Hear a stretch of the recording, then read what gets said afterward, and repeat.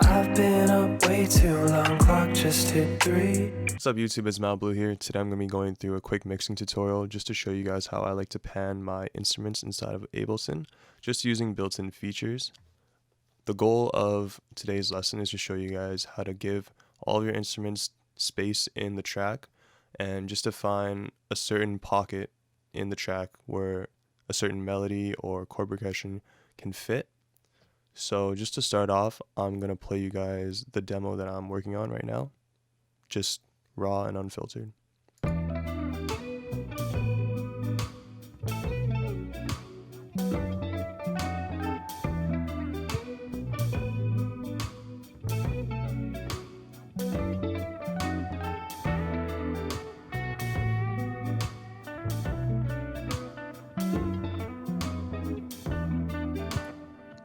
Alright, so that's the track so far, that's the song.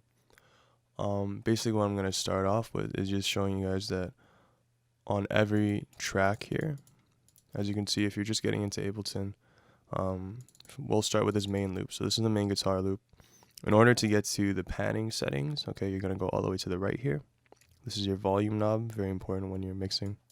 Okay, and this is your panning knob. Okay, so we're going to solo out the main guitar loop here and just play it really quick.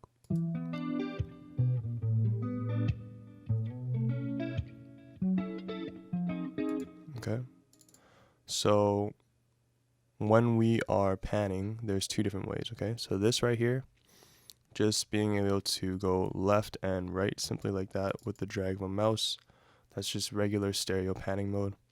If you right click on this button, actually you can get to split stereo pan mode, and this is going to give you two sliders. And what this gives you is just more flexibility and more options. So for example, if you wanted your instrument to be very wide, you leave it at 50-50, and I'll play that for you.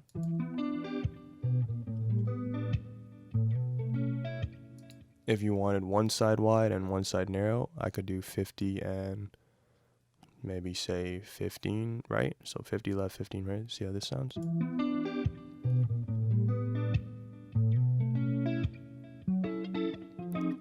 And then if I wanted everything narrow, I could even come down to maybe let's go 6 left and 6 right, and I'll show you guys how this sounds.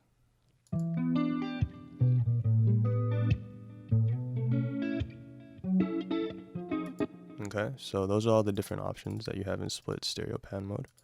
Okay, I'm just going to go back to regular stereo pan mode, and when I have the main guitar loop or the main chord progression, doesn't matter, lead vocal, just the main part of the song that we're going to be building off of, I just like to leave this centered. Okay, so I'm going to leave this in the center because it's the main part of the song, and I'm going to build everything else around it. Okay, so moving on to the next part of the song, which is the guitar riff 1.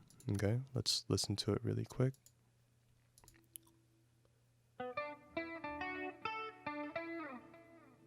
Okay, and I actually paired this melody on the piano, so let's give it a listen with both the piano and guitar at the same time. Okay.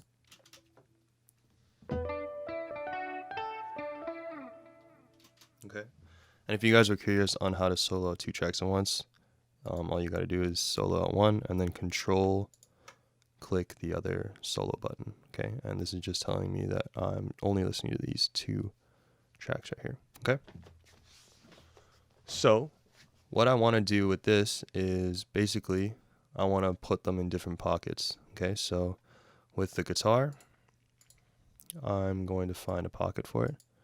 So let's try this 10 left, 10 right.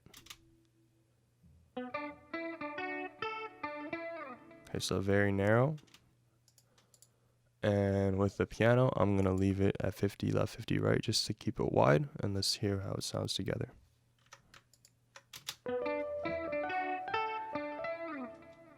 Okay, one more time. So as you can tell, having the guitar narrow and the piano wide just gives it different pockets so they're not bumping into each other. Gives more space in the song. Let's listen to it with the main loop.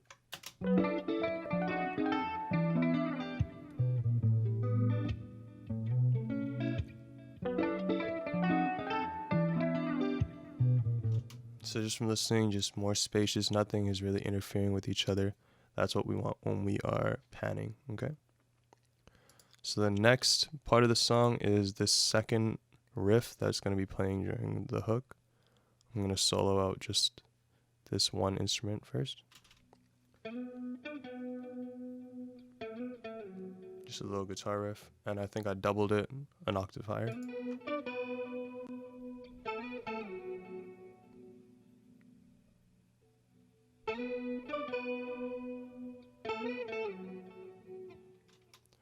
Okay, so what I want to do with this one, I'm going to stay in regular stereo pan mode, and I'm going to put one part, say 35 right, okay, and the other part I'm going to pan 35 left.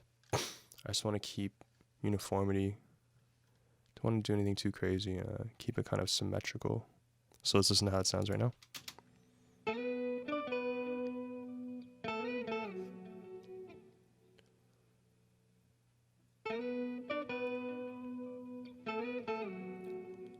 So as you can hear, it just gives both of the different guitar sounds, puts them at a different place in the song, a different pocket, so they're not interfering with each other. Let's play that back with everything else so far. So I'm going to bring in the main loop, the first riff, and the second riff all together.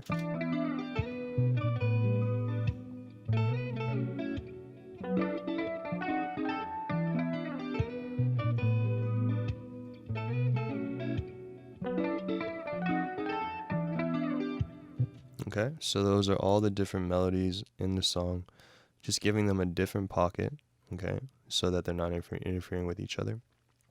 When it comes to drums and bass, I personally just like to keep these two instruments centered because they are the meat and potatoes of the track. Okay, so just everything all together, let's listen to it.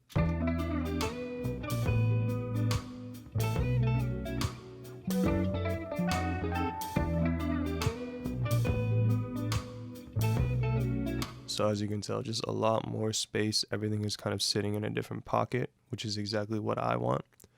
The last part is going to just be going over guitar solos. So when I'm doing guitar solos and mixing it, I really like to keep it in the middle. So I'm either just going to keep it in the middle and slightly offset it. So for example, 5 right, let's see how this sounds.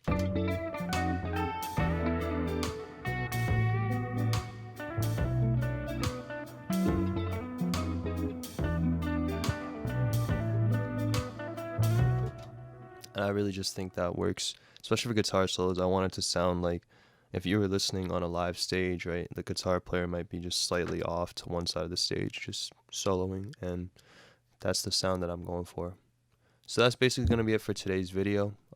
If you guys enjoyed the content, please leave a like and subscribe to my channel for more musical content.